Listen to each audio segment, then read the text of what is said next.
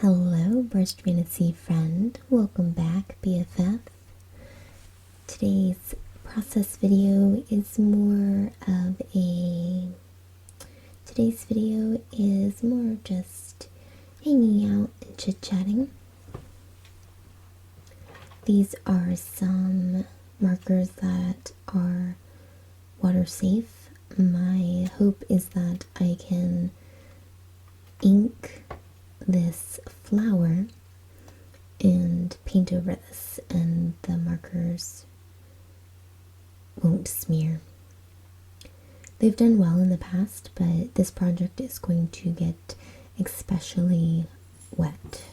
The whole paper surface is going to be painted on, so we shall test them out. I recently watched a short video on YouTube based on Neurographic Art. I've never heard of it before. I did see a stamp that it was like 2014 maybe when this started coming out. Either way, it was really neat, and so I wanted to try my hand at it.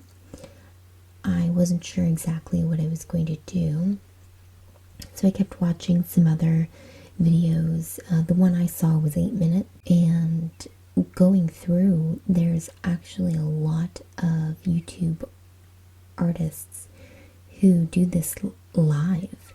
So they draw like a basic shape or like a starting point, flowers, a mandala of some kind, I don't know, something in the center, and then they do the neurographic all over the page and record it. They're live the whole time and the audience can watch.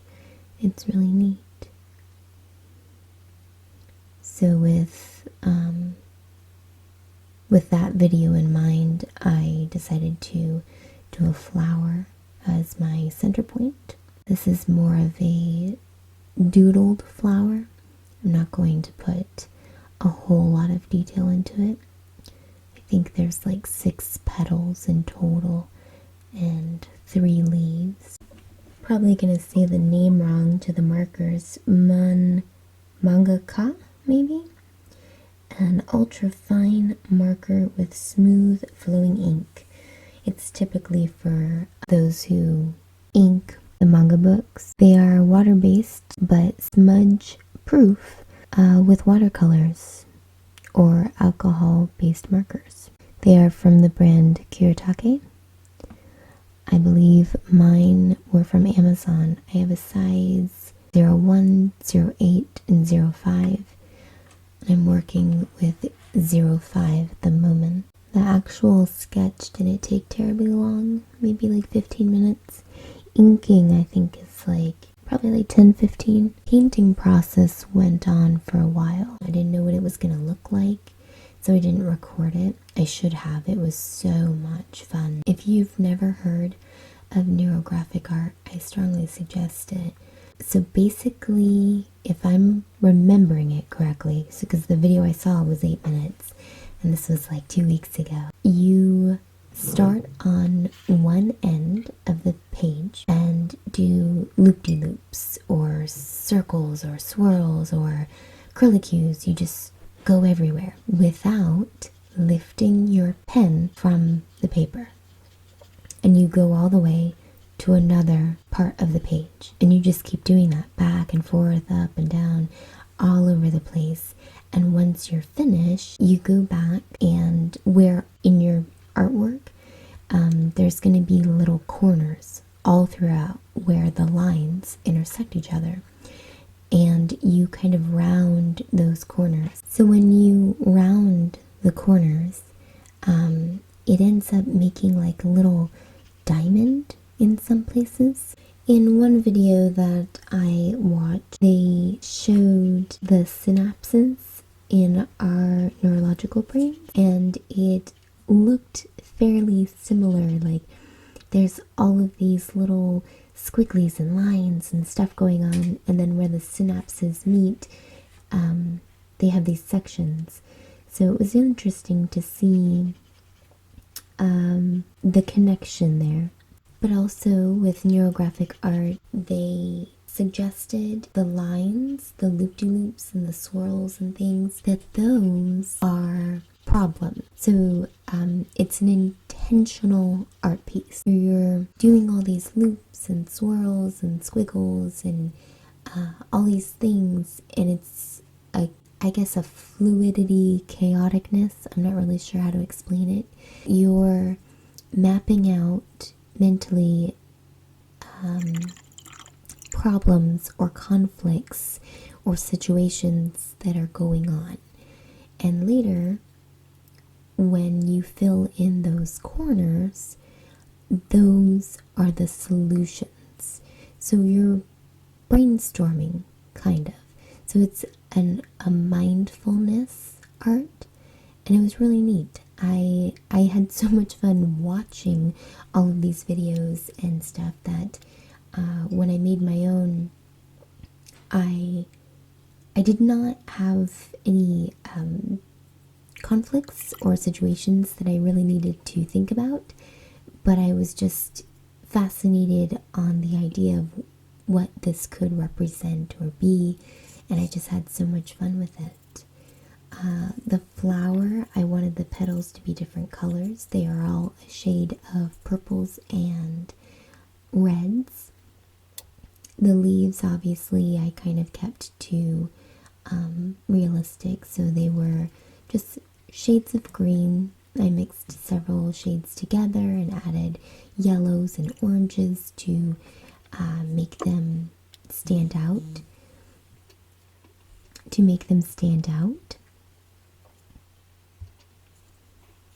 Orange will dull a green and kind of make it more of an olive. So you can see that I did that there too. The outside, I wasn't sure what to do. I was afraid to do like a rainbow and have it take away from the flower. So I kind of looked at all of my swirls and everything and tried to find like a pattern or shapes that I could work with. And that's where the circles or glowing orbs in the background came in. They reminded me of an orb of some kind, some sort of magical thing. So I painted them yellow and orange so that they're glowing. The outside, I went ahead and just did blues, so that way it was simplistic and didn't take away from the flower and the orbs itself. But I mixed up the blues, and I'd have a rotating pattern, so a light blue is away from itself and alternating. I think it turned out pretty good. I'm very happy with the end result.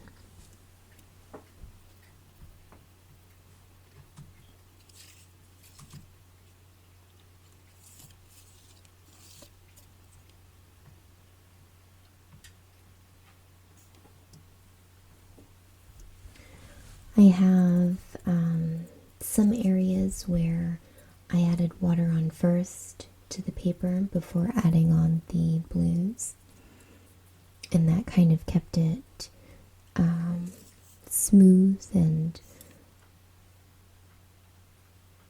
well blended.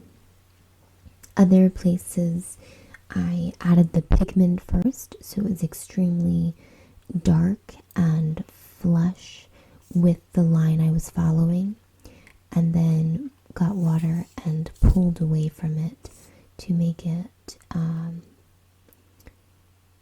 less bold and more washed out.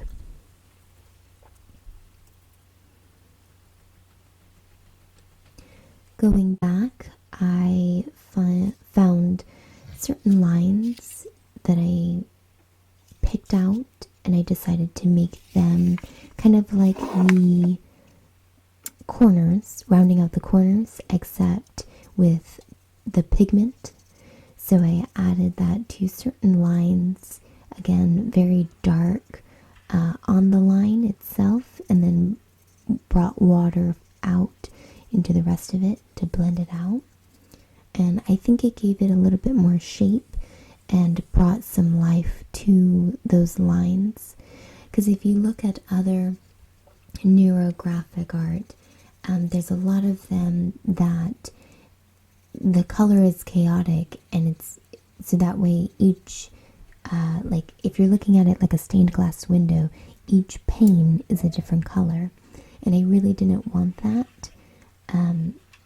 And I saw another one where she did like a leaf and it was all green, but each line, each problem or whatever that she had originally started, where the loop-de-loops are, she added color and had it fade outward, and so it kind of created like a smooth ladder of sorts. I'm not really sure if I'm explaining it correctly, but I wanted to try to mimic that. However, the blues, I mean, it's different than a leaf, but I think it did give it a little bit more shape and brought your eye to those lines, and they didn't get left behind.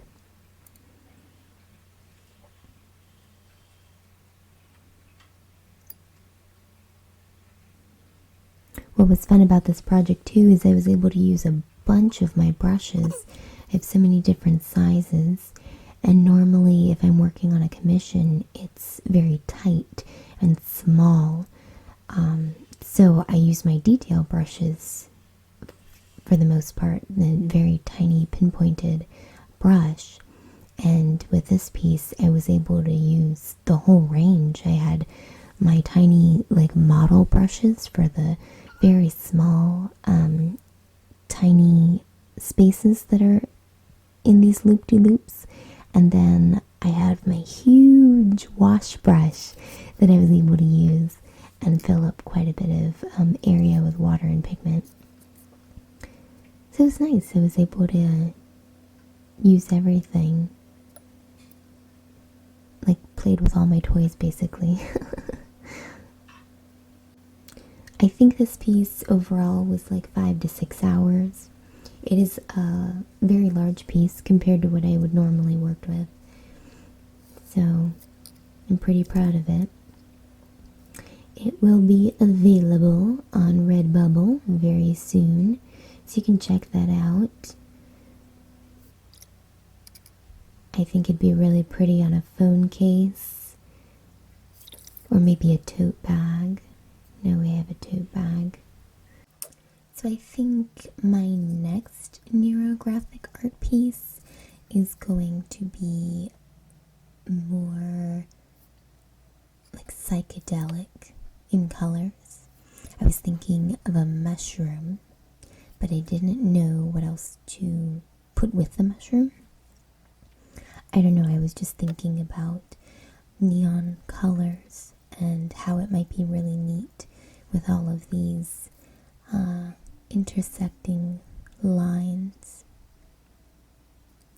But that is it for this video. Sorry I didn't get the whole process for you. I wasn't sure how it was going to go, what it would look like. It was a true experiment. Now that I have a better grasp, let me know if you would like to do one together. I think it would be cool to do one live on Instagram or Facebook, so let me know. Also, check out my Ko-fi shop to see what other projects that I am working on. I'm going to try to blog a little bit while over there, as well as keep updates and posts on my other projects. Thank you so much for hanging with me, BFF. I will see you soon. Bye, Brush Fantasy friend.